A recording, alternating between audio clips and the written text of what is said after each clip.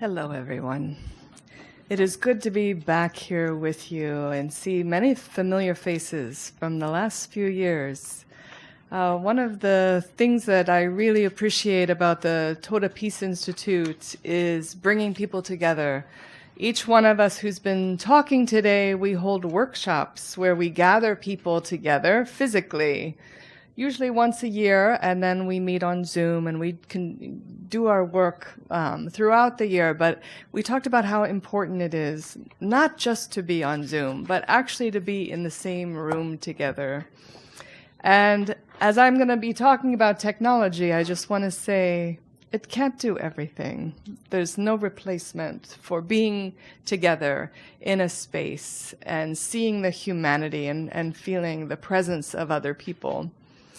And I think the first panel today, we are talking about really difficult times and issues.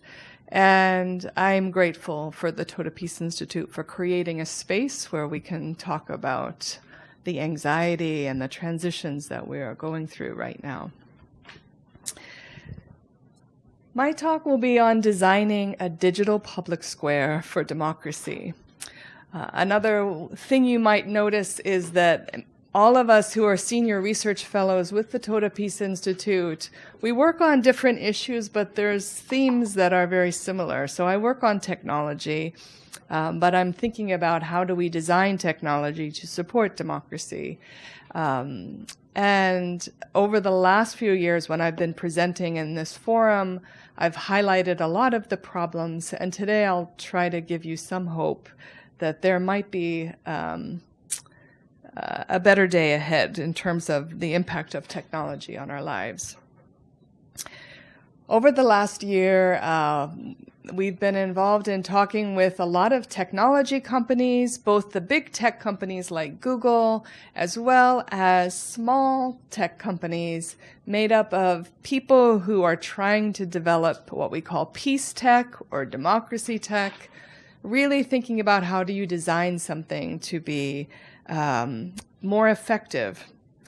And this metaphor of thinking about the internet as a digital public square has brought us together in terms of sort of thinking about how humanity throughout thousands of years have always found common spaces where we do market exchanges, we sell things, we buy things, we see each other in a social exchange, and we talk about political issues. And when the internet was being designed, I don't think people sort of really paid attention to how they were designing it and whether it would have good or bad influences on the market, the social, and the political exchange.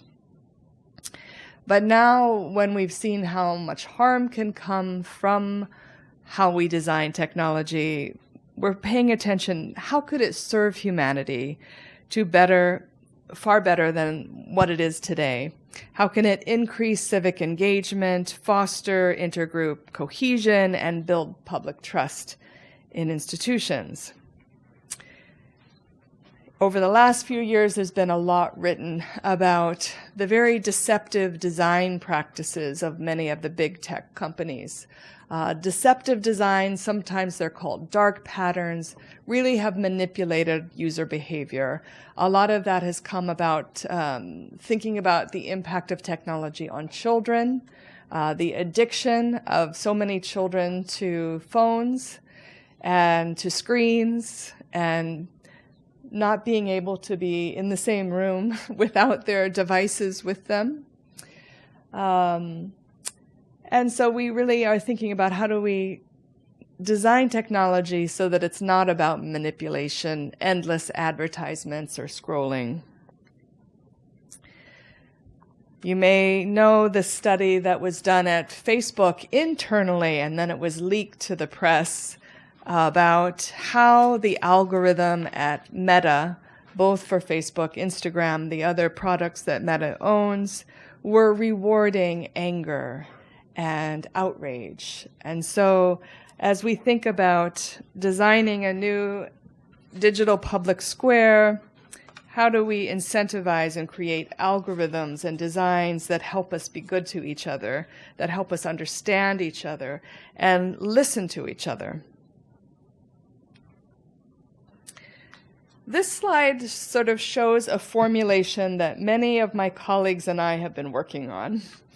And the idea is that most of the tech regulation, and this is coming mostly out of the European Union, has focused on content moderation. That is, removing the content that is harmful on the internet, which we think now has been really a distraction from the design issues. Digital harms, we think, largely arise from platform design, and we should be thinking about tech regulation focused on design and algorithms rather than the content. Because what we see now is that the platform designs incentivize and reward harmful, polarizing, deceptive content. The algorithms amplify that material.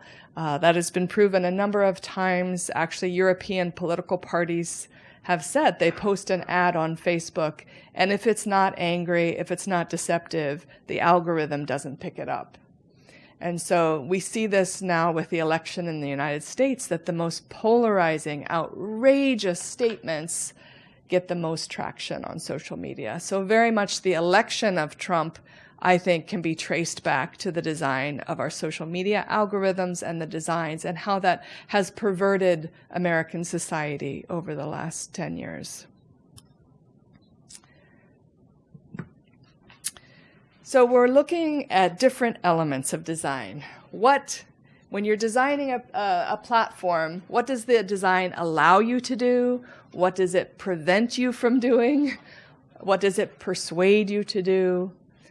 What the design's algorithms amplify and highlight, and what the design manipulates or deceives you to do. So we're sort of really paying attention to each of these questions in the design of platforms. My colleagues who work at the Pro-Social Design Network have developed an inventory or a library of pro-social tech designs. So this is just a screenshot from their website. They work with university researchers who test different ways of designing platforms.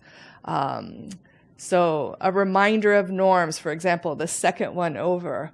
When platforms post how to be pro-social, how to be kind to each other, when they are reminding users to do that, which it's very easy to do, people are nicer to each other. So we know that you can design a platform and encourage people to be kind to each other, to listen to each other, and that works. So we have to ask ourselves, why aren't the big platforms doing that for us?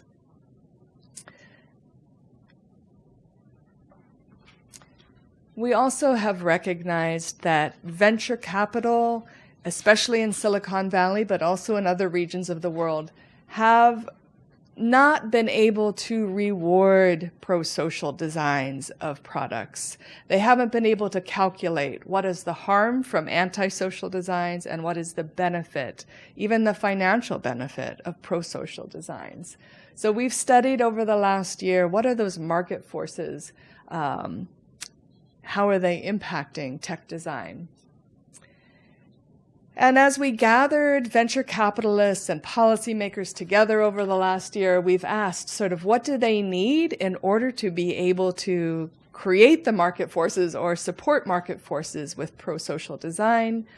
And they have told us a number of things. They've said they need guides for pro-social design, so that's where we work with the Pro-Social Design Network. They need metrics for pro-social impact. I have a policy brief with the Toda Peace Institute that will be coming out in a month or two on metrics for pro-social impact so that venture capitalists will be able to measure whether a platform contributes to the common good, the social good.